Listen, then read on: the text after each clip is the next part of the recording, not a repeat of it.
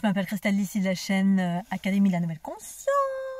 Alors, une petite vidéo aujourd'hui pour parler de la matière et de l'esprit et de notre vie tout à chacun ici-bas sur la planète Terre. Donc, je voulais vous partager mon expérience de l'instant et mon expérience depuis nombreuses années, c'est-à-dire à peu près 2012, 2022, plus d'une dizaine d'années de nomadisme. Nomadisme dans le sens où j'aime beaucoup voyager et également être sur les routes en mode voiture, camion et ce sur une longue durée. Et pour évoquer l'expérience du plaisir, de l'amour, de la liberté ici-bas sur la planète Terre. Et en face de l'expérience, eh bien, la possession de matière. Donc la matière et l'esprit. Et donc en ce moment, je suis en mode nomadisme dans le sens où je suis sur les routes, je suis dans un véhicule aménagé, mais qui est un petit véhicule qui n'est pas un camion, qui est pour autant qui est bien aménagé, hein, ce n'est pas sommaire, j'ai un matelas et tout est beau, tout est harmonieux, tout est confortable. Et je rencontre beaucoup de personnes sur le chemin qui sont des camping-caristes, qui sont des van-lifers, je ne sais pas si ça se dit van-lifer, ou des gens qui sont dans l'état d'esprit de la van-life. Bref, des gens qui vivent dans leur voiture ou qui passent des week-ends dans leur voiture, qui passent du temps à partir, à aller en extérieur pour vivre des expériences de liberté et de contemplation et d'harmonie à travers cette expérience de mouvement et qui est pour moi relatif à l'expérience. L'esprit égale l'expérience, mais pas que, parce que l'expérience, ça peut être une expérience de possession, mais là, c'est une expérience plutôt de plaisir, de contemplation. C'est un peu comme comparer la marchandise et le service. Hein. Dans une auto-entreprise, vous avez plusieurs possibilités, dont la marchandise, on vend des biens matériels, des tangibles, et on a le service, on rend un service, c'est-à-dire c'est quelque chose d'intangible en quelque sorte. Eh bien, je voulais vous parler de ça dans notre vie de tous les jours où justement il y a ce déséquilibre relié à la matière, à la possession de la matière qui est prédominant, prioritaire pour nombreux individus, pas tous, mais nombreux, et qui fait qu'au final, on manque un peu d'équilibre et on passe à côté de ce qui me semble, pour moi, pas toujours, mais qui est essentiel. Essentiel dans le sens le cumul d'expériences plutôt que le cumul de richesses matérielles qui finalement pèse plus dans la balance ou pas, voilà, c'est mon avis. Alors après, je vais le nuancer au fur et à mesure de cette vidéo. Une fois qu'on est mort, on se rend compte qu'au final, la matière, on l'emporte pas. En revanche, on remporte l'expérience. Alors après, vous allez me dire, oui, mais le fait de posséder de la matière, ça génère une expérience relative à du plaisir. J'ai le plaisir d'avoir possédé ceci ou cela, ou d'avoir construit ceci et cela, de la matière. J'en ai retiré du plaisir, et ce plaisir, on l'emporte dans l'après-vie, hein, dans la mort, c'est une satisfaction parce que, voilà, alors tout dépend comment on le fait. Parce qu'effectivement, il y a travailler fort pour obtenir beaucoup de richesses, qui viennent combler un vide, et ça je le partage dans mon premier livre qui s'appelle La marche intérieure. Justement, quand on achète des choses pour combler un vide, ou parce qu'on est en quête de reconnaissance de soi, ou qu'on a une culpabilité, ou oui, souvent c'est un manque de reconnaissance de la société ou de ceci, de cela, bref, pour montrer des signes extérieurs de richesse, pour se valoriser au regard d'eux, parce que derrière on a une blessure, on ne s'est pas reconnu soi-même, et du coup on cumule beaucoup de choses, et ça répond juste à une blessure. Et du coup, ces choses qu'on achète, elles comblent un vide le temps puis le vide se réouvre tout de suite après. C'est-à-dire, c'est souvent comme ça, je vais l'assimiler souvent à l'achat compulsif. Hein, pour être heureux, j'ai besoin d'une voiture, j'ai besoin d'un château, j'ai besoin d'une grande maison, bref, on a besoin de choses tangibles, et une fois ou j'ai besoin d'un habit, et une fois qu'on a acheté cette chose, qu'on l'a, on se sent pas plus heureux. Donc ça veut dire tout simplement que, au-delà de la matière qu'on cherche à posséder pour combler un vide, eh bien, il est intéressant peut-être d'aller regarder le vide et de combler ce vide, d'observer le pourquoi du comment on a ce vide, donc cette souffrance qui est à l'intérieur de nous, qui fait que finalement la sécurité est tout à fait relative. Hein. Le besoin de sécurité ou le besoin de posséder est relatif. Soit effectivement, si on a une chose, on est déjà comblé nous-mêmes à l'intérieur de nous-mêmes et du coup on peut acheter quelque chose et puis on peut s'en sentir, on a un vrai plaisir, un vrai sentiment de satisfaction et cette chose si on l'a, tant mieux, si on l'a plus c'est pas grave, c'est-à-dire on n'est pas attaché outre mesure à cette chose-là, on va pas s'identifier non plus à cette chose-là qu'on a possédée, hein, s'identifier à sa maison, à sa voiture, quand on perd cette chose, c'est comme si on perdait la vie. Et en revanche, donc ça peut faire partie en fait des objectifs de vie que d'avoir un certain confort, c'est-à-dire d'avoir une maison, d'avoir une voiture comme ceci ou comme cela, d'avoir un certain, oui c'est ça, un confort matériel et qui vous permettent ensuite peut-être d'expérimenter d'autres choses, c'est-à-dire le voyage, la rencontre, la contemplation, le mouvement, la liberté, qui sont des expériences tout aussi importantes, je dirais même plus encore.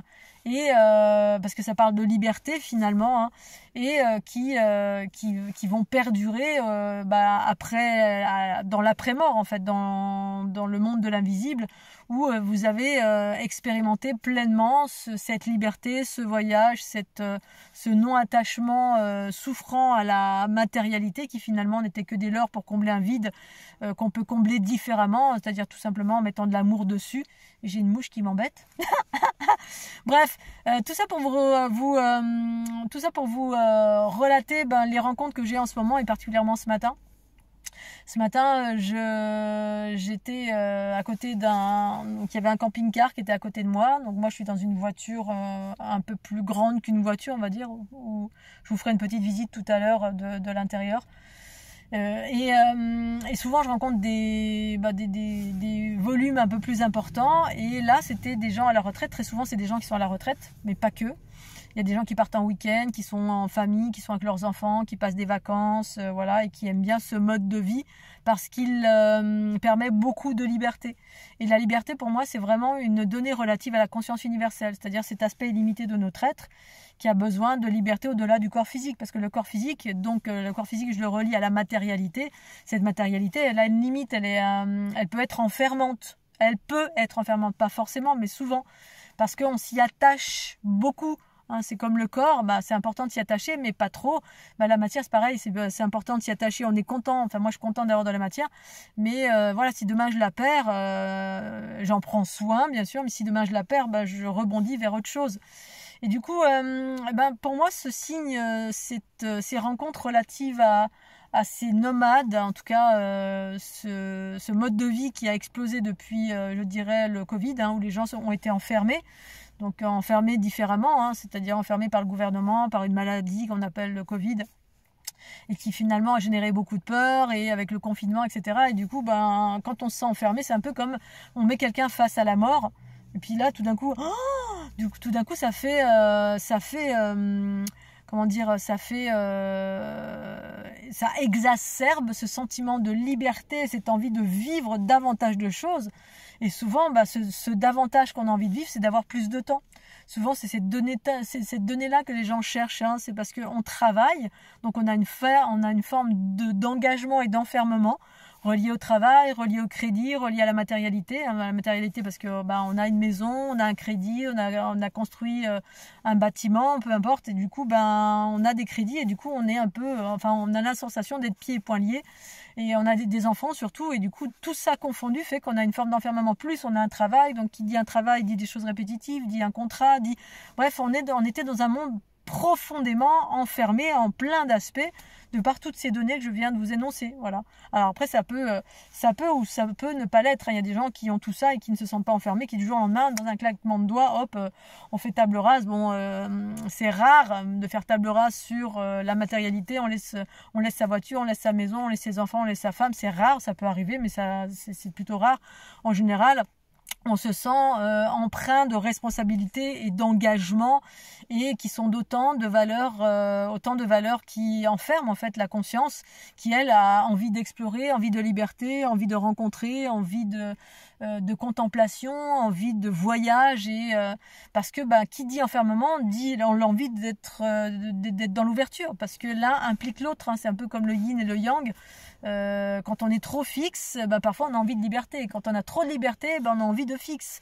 Et pour moi, l'équilibre, c'est les deux. bien évidemment. Alors je parle beaucoup d'expérience parce qu'à mon sens c'est quelque chose d'important dans un contexte d'une vie ici-bas sur la planète Terre, d'une dualité où on était axé essentiellement dans la matière, l'acquisition, le crédit, les signes extérieurs de richesse, bref, tous les modèles, tous nos archétypes étaient axés là-dessus, sur le fait qu'une vie réussie, c'est une vie où on a construit, on a fait une famille, on a des enfants, on a de la richesse, donc on a de la sécurité, donc du coup, c'est merveilleux.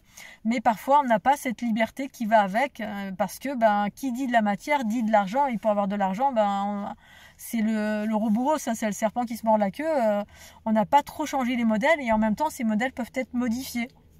Et donc c'est ce que j'ancre moi sur cette planète depuis cette incarnation, justement de créer de nouveaux modèles qui permettent et c'est en train d'arriver, d'être libre, d'être nomadiste, d'être nomade, et en même temps d'avoir un endroit fixe, mais complètement différemment de ce qui se pratiquait alors, où on est obligé d'avoir la tête dans le guidon et d'avoir forcément un travail qui est très rémunérateur pour pouvoir prétendre avoir un pied-à-terre quelque part, ou d'avoir un camping-car ou un véhicule aménagé comme ceci, comme cela, avec des montants faramineux, et puis avoir beaucoup de liberté également. Ça demande, souvent les gens trouvent que c'est impossible en fait, ils restent enfermés dans leur réalité en pensant que c'est impossible, parce que on n'est pas tous nés Rothschild avec beaucoup d'argent, et les modèles jusqu'à ce jour, pour avoir beaucoup d'argent, ça impliquait de beaucoup travailler ou de trouver un truc pour faire tomber de l'argent, pour prétendre à cette liberté de voyager, non pas dans les cadres des congés payés, mais voyager le temps que vous avez envie de voyager et où vous avez envie de voyager. Voilà, c'est une nouvelle façon de faire qui finalement, je pense, a toujours existé, sauf que ça implique une nouvelle façon de faire auquel les gens n'ont peut-être pas forcément pensé ou n'ont pas envie, parce que ça implique une forme de détachement de la matière. C'est un peu comme ne plus avoir peur de la mort, parce que prendre conscience qu'après, on est des êtres illimités. Ou alors prendre conscience que vivre, ça implique de mourir, et du coup ça implique de prendre des risques, ça implique de se jeter dans l'inconnu, ça implique d'expérimenter et d'oser aller faire des expériences. Mais si on est frileux de tout ça, parce qu'on a peur d'être malade, on a peur de ceci ou de cela, on a peur, bref, on est pétri de peur de par cette matérialité, ce confort relié à la matière auquel on a été habitué, en tout cas nous dans les pays européens. Moi pour ma part, je suis née avec un toit, avec de l'eau qui coule, avec le fait de pouvoir manger à ma faim, ce qui n'est pas le cas des gens qui n'ont rien. Les gens qui n'ont rien, ils sont dans un pays du tiers-monde, ils sont prêts à tout, ou pas. Voilà, ça dépend. C'est toujours pareil, ça dépend si vous avez des enfants, une famille, et que vous, à peine, vous n'avez même pas encore réussi à vivre votre vie ou réaliser vos rêves, que déjà vous êtes responsable d'autres enfants.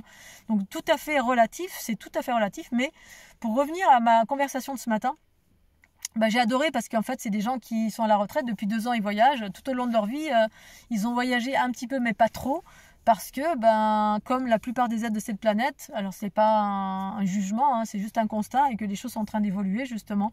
On évolue en incarnant nous-mêmes une nouvelle réalité, et du coup on incarne des nouveaux archétypes pour les générations futures.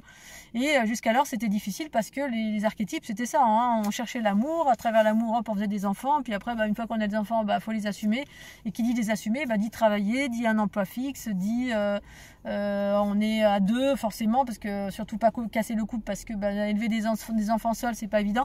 Tout ça c'est en train de s'étioler, parce que justement on est en train de s'étioler, on est en train d'équilibrer vers plus de liberté, qui dit plus de fluidité, plus de tout ce qui est en lien avec les valeurs de la conscience universelle, donc l'esprit. L'esprit qui est une part, c'est notre part, c'est la part de notre être qui est nomade, l'esprit finalement, parce que l'esprit c'est la part qui va d'un corps à un autre. Voilà, et qui ne reste pas attaché à ce corps. On fait des expériences, puis quand on meurt, le corps on le quitte. Une fois qu'on est ailleurs, le corps on n'en a plus rien à faire. C'est un peu comme quand on quitte une maison, sauf qu'ici-bas sur la planète Terre, on a encore du mal, parce qu'on est tellement identifié que quand on perd une maison, on perd une voiture, on est catastrophé. Quand il nous arrive des choses relatives à la matière, on est catastrophé. Et du coup, parce qu'on est tellement habitué à ce confort, on est attaché à ce confort, et on laisse pas aller les choses dans cette fluidité relative à l'esprit. L'esprit qui est votre aspect éternel, et qui est nomade, qui circule d'une planète à une autre, d'une dimension à une autre, d'un corps à un autre, qui voyage, qui partage. Et donc ce matin, les gens que j'ai rencontrés, Et je leur ai demandé, parce qu'ils étaient tout heureux là depuis 2 ans, waouh, on revit, c'est le camping-car, on va n'importe où on veut, quand on veut, c'est magnifique, plus de... Et donc ce que j'entends, et c'est un discours assez uniforme maintenant, parce que moi ça fait 10 ans que je suis, voilà, que je suis plus ou moins nomade, on va dire. Je dirais même plus, ça je vais vous expliquer après dans le détail, si ma vidéo n'est pas trop longue. Eh bien, quand j'ai posé la question à cette dame, ce couple de jeunes retraités, j'aurais dit, mais si vous aviez su avant, si vous aviez su avant combien c'était merveilleux, est-ce que vous regrettez ou pas, ou vous auriez fait différemment? Elle me dit oui, si j'avais su, peut-être que j'aurais pris plus de plaisir et plus de temps pour moi pendant ma vie, plutôt que d'attendre la retraite. Et encore, voilà, ils sont en forme vraisemblablement, parce que souvent des gens arrivent à la retraite et hop, on fait un AVC, hop, on divorce, hop, il y a toujours un truc qui éclate ou qui pète, ou pas toujours, mais ça peut. Et plutôt que de vivre ses rêves les plus fous pendant notre vie. Mais ce qui empêche, et une fois encore, souvent, c'est les enfants. Le premier des empêchements, c'est les enfants. Mais il y a encore, c'est tout à fait relatif. Moi, j'ai rencontré des gens qui vivaient des vies extraordinaires, qui allaient au pôle Nord faire des expéditions, et puis ils avaient des bébés, voilà, ils prenaient le bébé avec eux, ou ils faisaient le tour d'Europe en vélo, voilà, c'était des aventuriers, et papa et maman en vélo, puis le petit bébé en vélo derrière, dans la poussette, et ils faisaient, mais évidemment c'est pas une vie conventionnelle, parce qu'on est tous dans une convention. Pourquoi? Parce qu'on est frileux, parce qu'on a peur, parce qu'on a trop de peur reliée à oh là là, qu'est-ce qui va arriver, oh là là, c'est dangereux avec bébé, oh là, et du coup on reste conforté dans ce cocon de la matière, et du coup on oublie de vivre à 100% notre vie, on n'a pas cette liberté relative à ce que moi j'ancre, en tout cas, du moins que je tente d'ancrer et que je partage à l'ensemble. Quand je mets des belles photos et des belles vidéos sur ma page Facebook, c'est pas pour voilà, me brosser le poil, c'est pour vous donner envie de faire la même chose. Et j'aurais tout intérêt peut-être à faire des vidéos justement, ou des conférences vraiment dédiées au nomadisme, à la liberté, si tant est que vous souhaitiez passer par cette case-là, qui est pour moi qui est en lien direct avec l'unité. Équilibre entre la matière, un point fixe, et parce que à un moment donné ça a été important pour moi, hein. J'ai été nomade pendant un certain temps, je suis partie à l'aventure justement en camion, en roue libre, et jusqu'à un moment donné où à force d'expérimenter, j'ai eu besoin de ce moment de retrait et de fixe, c'est un peu comme quand vous êtes en bateau, à un moment donné on a besoin de revenir sur terre ou pas, parce que peut-être qu'il y en a qui arrivent à être complètement sur l'eau tout le temps, mais d'avoir ce pied fixe, c'est comme vous regardez plein de vidéos des gens qui sont en Vine Life, au bout d'un moment ils s'emmerdent, voilà, parce que ça implique plein de choses, hein. On est seul, mais au bout d'un moment on est tellement seul qu'on est trop seul. C'est-à-dire on rencontre de ça et là, mais l'équilibre pour moi c'est aussi d'avoir ce point fixe à travers des amis, à travers un lieu, à travers une communauté, des gens qu'on connaît, et dans un lieu ou plusieurs lieux peut-être, hein, pourquoi pas. Bref, c'est cet équilibre entre les deux. Mais pour atteindre cet équilibre, il s'agit d'abord de se détacher de cette matière. En tout cas, moi, ça a été mon chemin. Alors, il n'y a pas de il faut, pardon, ce n'est pas les bons mots. C'est juste que mon expérience à moi, ça a été à un moment donné de détacher. J'ai fait une expérience de détachement de la matière, et ce à travers mon tour du monde, et cette notion de nomade, voilà, de prendre peu de choses sur son dos. Et j'ai fait de plus en plus d'expériences jusqu'à ensuite vivre en camion, m'acheter un camion, vivre en camion. Et puis ensuite, ça m'a permis de comprendre et de ressentir le besoin d'avoir un lieu fixe pour créer, pour rassembler, ou pour me ressourcer, pour me poser, ou pour voilà, parce qu'à un moment donné, j'avais besoin de plus grand pour peindre, pour faire tout ce que j'ai envie de faire. Bref, des choses pour répondre à mes besoins, parce que tout ça, une fois encore, c'est des données relatives. C'est un peu comme ce matin, je discutais avec une amie, Gratitude Sonia, qui me parle de Globetrotters qui font une expérience de tour d'Europe et qui ont acheté un camion à 400 000 €, qui est le prix d'une maison. Ça, c'est relatif. Tu vois, quand j'en parle, moi, autour de moi, beaucoup de gens se disent « Oh là là, mais il faut des sous, il faut ceci, cela ». Pas du tout. Mon premier camion, moi, il a coûté 2500 €. Voilà. Et à l'époque, j'étais hyper consciente, hyper éveillée, hyper dans la joie, hyper dans le détachement et hyper dans la confiance que j'allais trouver le truc parfait. J'ai trouvé le truc parfait. Voilà, après, tout est relatif. Si vous êtes dans les signes extérieurs de richesse et que vous voulez le truc dernier cri avec l'électronique, ceci, cela, la douche, la cabine, le machin, bon, bien évidemment, c'est relatif. Moi, j'étais plutôt dans une dynamique et dans un élan de détachement. Du coup, voilà, mes besoins étaient ce qu'ils étaient, hein. J'avais un confort qui était tout à fait relatif à mes besoins, justement. Et le camion était parfait. C'était un Renault Trafic. Il m'a duré quelques années, je l'ai payé 2500 €. J'ai cherché dans tous les sens le moteur qui était idéal et donc vraisemblablement ça a été un moteur idéal. Il y avait un carnet d'entretien, bref, je suis tombée sur le camion pile poil ce qu'il fallait pour moi. Je l'ai aménagé à ma façon, parce que je voulais mettre mon énergie, mon aménagement à ma façon, assez sommaire. Je savais ce dont j'avais besoin, mes besoins électriques, donc panneaux solaires. J'avais besoin juste de pouvoir brancher mon PC et mon téléphone, voilà. Avoir du chauffage et pouvoir me coucher dans un confort, pouvoir m'asseoir pour travailler. C'est là où j'écris la plupart de mes livres, tout en étant complètement nomade. À l'époque, je gagnais pas encore d'argent en faisant des soins, je faisais pas encore des soins, mais j'étais juste en mode nomadisme pour expérimenter plein de régions, parce que j'étais à l'écoute de la conscience qui m'indiquait d'aller là, là et là. Je faisais des équilibrages énergétiques, donc je travaillais pour le collectif en quelque sorte, donc ça c'est pas payé. Peut-être que plus tard ce sera payé, quand je mourrai, et encore je suis pas sûre, merde. Mais c'était un moment de liberté profond, j'avais suffisamment d'argent. Je crois que je vivais avec 800 € par mois qui me restait de mes deniers, et j'étais en train d'expérimenter justement, de faire des expériences de détachement, et donc j'étais en train de diminuer au fur et à mesure la somme d'argent. Je faisais exprès de diminuer potentiellement, pas potentiellement, mais je faisais exprès de diminuer progressivement la somme d'argent pour voir jusqu'où, de combien j'avais besoin pour vivre au quotidien, tout en diminuant. Et tout en abandonnant les peurs relatives à l'argent justement, tout en sachant aussi que j'avais pas de loyer, bien évidemment. J'avais quitté déjà la notion de maison, j'avais pas de loyer, j'avais pas de maison, j'avais rien, donc pas de facture. J'avais juste les factures de l'essence, de l'assurance, bref, j'étais arrivée, l'idée c'était d'aller vraiment vers le moins de besoins possible reliés à la matière. Voilà, parce qu'on peut être totalement dans la rue, n'avoir absolument rien, donc on appelle ça être soit un clochard, soit un nomade, total nomade qui est sur la route. Et ça, j'ai fait des expériences pareilles d'autostop, de Tour de France en autostop, en étant en mode minimaliste. C'est aussi possible, mais j'ai fait cette expérience exprès justement pour en guidant ma pleine conscience, en étant guidée par ma pleine conscience qui m'indiquait ce chemin qui était relatif à ce détachement, pour pouvoir ensuite m'ouvrir à quelque chose à l'illimité, c'est-à-dire toutes les potentialités reliées à la matière peuvent surgir, mais tout en n'y étant pas attaché. Voilà. Alors je mets quelques bémols à tout cela, mais c'est ça que j'ai vécu pendant de nombreuses années, voilà, d'expérience, de nomadisme, de détachement, et puis ensuite de retour à la matière, mais d'une façon différente. Donc du coup, on change les archétypes, on remet, c'est comme si on faisait un reset, comme si j'avais fait un reset à l'intérieur de moi, pour ne plus être possédé par la matière, mais pour que la matière soit au service de la conscience.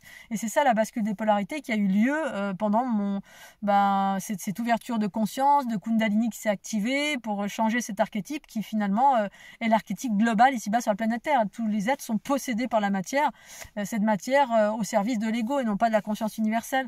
Donc du coup, j'ai trouvé ça extraordinaire ce partage de ce matin, parce que finalement, qui rejoint nombreux partages que j'ai eus depuis une dizaine d'années en rencontrant mille et un nomades, 1001 éveillés sur la route, sur les routes de la France et sur les routes du monde. Et bien qu'au final, les gens qui sont plus âgés, nombreux regrettent en se disant, si j'avais su, j'aurais pris du plaisir avant, on aurait eu un plaisir un peu plus minimaliste, c'est-à-dire pas tout dans le confort, pas tout dans la matière, pas tout dans les voitures, parce qu'on répond à des stimuli, les masses sont manipulées pour consommer à fond, et au final au détriment des expériences relatives à votre liberté et le fait de pouvoir voyager quand vous avez envie, parce que 90% de votre temps vous êtes cloisonné dans un emploi et vous travaillez H24 et vous donnez donc votre vie à un employeur, ou alors vous êtes vous-même l'employeur, mais vous travaillez H24 pour vraiment payer les charges, payer ceci, bref, on est toujours comme ça là. et en fait, il y a moi la solution que j'ai trouvée, elle est ce qu'elle est. C'est rentrer alors c'est ma solution à moi, rentrer dans un processus un peu plus minimaliste, et ce qui me permet finalement d'avoir quasiment tout, mais sans que rien ne m'appartienne. Voilà. Du coup, c'est vrai que c'est un mode de vie qui est différent, mais qui permet une forme de liberté sans pour autant être riche. Là récemment, il y a quelqu'un, il y a quelques mois, qui m'avait dit, oh, tu dois être riche, tu vas au ski l'hiver, l'été t'es au Baléares ou je sais pas trop où, alors qu'en fait, non, oui, en même temps oui, mais en même temps avec rien du tout, avec quasiment rien. C'est des opportunités, je suis opportuniste, je suis à l'écoute de ce qui se passe, j'ai des désirs, hein. Les désirs c'est le carburant, hein, l'énergie vitale, la projection, l'image de votre rêve, et puis je fais en sorte que ça se manifeste. Si j'y arrive, tant mieux, si j'y arrive pas, je passe à autre chose, mais d'une façon générale, pour le moment, je suis assez proche de mes désirs. Alors j'aimerais bien des fois avoir une maison qui m'appartienne, pour des raisons précises, parce que plus tard, j'aurai pas de retraite, hein, puisque j'ai arrêté de travailler, j'avais 40 ans. J'ai commencé à 18 ans à travailler, j'ai arrêté à 40 ans, et ensuite j'ai continué, mais j'ai pas gagné suffisamment d'argent. En étant thérapeute, en tout cas moi dans mon contexte, je gagne pas grand chose. Voilà, je suis plutôt quelqu'un qui offre beaucoup, qui partage beaucoup à travers mes vidéos, à travers mes soins, mais je suis en deçà du seuil, on va dire, d'un individu lambda. Et bon, bref, je ne vais pas m'attarder là-dessus, mais pour autant, je ne manque de rien. Je ne manque de rien, et j'ai cette grande liberté qui est pour moi la plus grande des préciosités. C'est de pouvoir être libre, de partir quand je veux, où je veux, d'une certaine façon. Et ça, pour moi, c'est hyper important, parce que ça me ressource. Voilà, c'est des moments où je me ressource, pendant que la plupart du temps, les gens qui sont figés comme ça avec leurs factures, leur maison, et bon, les enfants, là, quand on est des enfants, on peut pas, voilà, on a des enfants, on peut pas faire autrement. Mais on est enfermé quelque part, et on est en train de se dire, oh là là, l'hiver arrive, il fait froid, il y a de la neige, bref, on est en train de se tirer par les cheveux alors qu'on a envie de soleil, on a envie d'aller au bord de la mer. Et moi, voilà, cet enfermement-là, je ne le veux plus. Ça fait longtemps que je l'ai plus, depuis mes 40 ans. J'ai décidé d'ouvrir cette porte et de pouvoir aller là où j'ai envie d'aller. C'est-à-dire prendre ma voiture et d'aller là où il y a du soleil, où ça me ressource, d'être seule, d'aller dans la nature, de me ressourcer. En qualité d'hyper-empathe, j'ai besoin de ça, de me ressourcer, de me faire du bien, d'être dans ce mouvement, d'être dans cette contemplation, d'être dans cette gratitude, parce que je suis au bord de la mer, je vois un lever de soleil. Juste ça, c'est la plus grande des richesses. Et ça, je vais l'emporter au paradis. Ce bonheur que je me suis offert, ce bien-être, ce ressourcement qui me permet de me recharger, et par là, ensuite, de continuer à faire du bien à l'ensemble. À qui je fais du bien, sans être pour autant rémunéré. C'est ça, les hyper-empathes, on absorbe les basses fréquences, on partage cette joie, cette bonne humeur, ce mode de vie, et ça élève la conscience au-delà de la matière, qui est une donnée tout à fait relative, qui n'existe plus lorsqu'on quitte ce corps. Voilà, un peu comme le corps, quand on l'a quitté, il n'existe plus, il va retourner à la terre. En revanche, ce genre d'expérience de liberté et d'amour qu'on s'est offert, c'est-à-dire être aligné avec ses valeurs personnelles, c'est hyper important.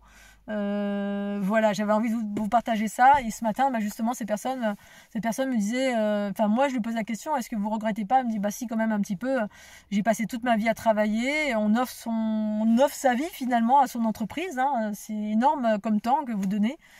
Finalement, on devrait avoir 6 mois de travail, 6 mois chez un employeur, mais voilà, alors on peut, hein, ça s'appelle être en intérim, ça s'appelle être saisonnier, mais pour autant, voilà, il y en a qui sont saisonniers, qui passent leur vie à travailler, sauf les nouveaux éveillés, ceux que j'ai rencontrés dans le département de l'Aude, hein, qui ont ce côté nomade, mais ensuite, il faut se créer sa propre retraite. C'est ça l'inquiétude, là où j'en suis moi maintenant, c'est que effectivement, entre avoir 30, 40 ans et de 50 à 80 ou plus, après, voilà, c'est un peu différent, parce que le corps commence à changer, on commence à avoir des bobos, et là on commence à avoir des inquiétudes, à se dire, oh mince, oh là là là, puis en plus seul, sans enfant, voilà, être totalement libre, ça implique ça, mais pour autant, ça n'a pas été mon leitmotiv pendant ma vie, où tous les gens se disent, oh là là, on va faire des enfants, parce que souvent on les fait pour soi-même, et voilà, c'est le fruit de l'amour, mais des fois on se dit, comme ça je serai pas seule. Bref, c'est souvent guidé par la peur plutôt que par le sentiment de liberté relative aux valeurs de la conscience universelle. Et l'idée, c'est l'équilibre des deux, hein. Voilà, si la matière et la conscience. Donc, pour moi, c'est vraiment cet idéal que je tente d'incarner, en tout cas que j'incarne depuis mes 40 ans, donc depuis 2000, je ne sais plus quelle année. Depuis mon tour du monde, c'est d'incarner ces valeurs liées à la liberté, l'amour de soi, l'amour tout court, et cette une matière que j'ai trouvée en ayant ce plateau, c'est ce pied-à-terre dans le département de l'Aude, que j'aimerais bien trouver ailleurs maintenant. Donc voilà, au cas où, si vous avez des informations, un grand plateau, l'idéal de ce que j'ai là dans l'Aude, un grand plateau de 100 mètres carrés pour faire un atelier d'artiste. Si vous avez ça pour gratuitement ou avec très peu de loyer, je suis preneuse. ou sinon je co-crée cette réalité, mais d'en parler à autrui, c'est aussi co-créer une réalité. C'est-à-dire la communication, ça passe comme ça, on fait des rencontres, comme là ce matin, cette dame qui disait bah oui, si j'avais su, j'aurais voyagé bien plus tôt, mais voilà, on ne pouvait pas parce que les enfants, parce que le travail, parce que les crédits, parce que la maison, et donc en fait c'est un discours qui est assez uniforme ici-bas sur la planète Terre et qui est en train de se modifier. Maintenant les jeunes, c'est plus leur priorité de faire des bébés, c'est plus leur priorité d'acheter une maison. Il y en a pour qui c'est le cas, mais beaucoup c'est plus le cas. Justement leur priorité c'est peut-être profiter ensemble, de voyager, d'explorer le monde, parce que finalement le monde est vaste, l'univers est vaste, on est à la veille d'officialiser la conscience extraterrestre, et bien tout ça est très très vaste, et du coup cette vastitude elle est là pour vous, elle est là pour que vous puissiez la découvrir la richesse de la multiplicité des paysages, des gens, des cultures. Pour moi c'est ça la vraie, entre guillemets, vraie richesse.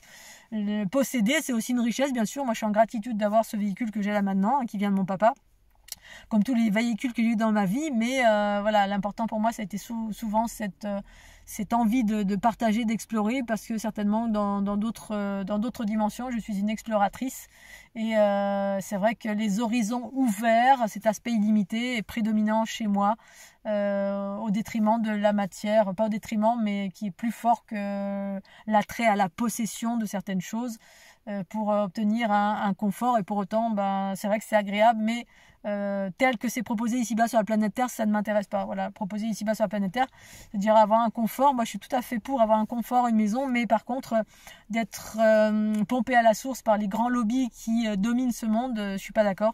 Et du coup, j'incarne entre guillemets cette rébellion relative au fait que je ne suis pas d'accord. Donc du coup, j'essaie de faire différemment, parce que j'ai expérimenté assez tôt dans ma vie, en ayant été autonome assez tôt, de me rendre compte qu'au final, même quand on travaille très fort, même quand on veut, on veut du confort, ok, mais même quand on travaille, c'est difficile de joindre les deux bouts, parce que d'avoir un loyer, d'avoir des factures de l'eau, l'électricité, tout ça, ça a un coût.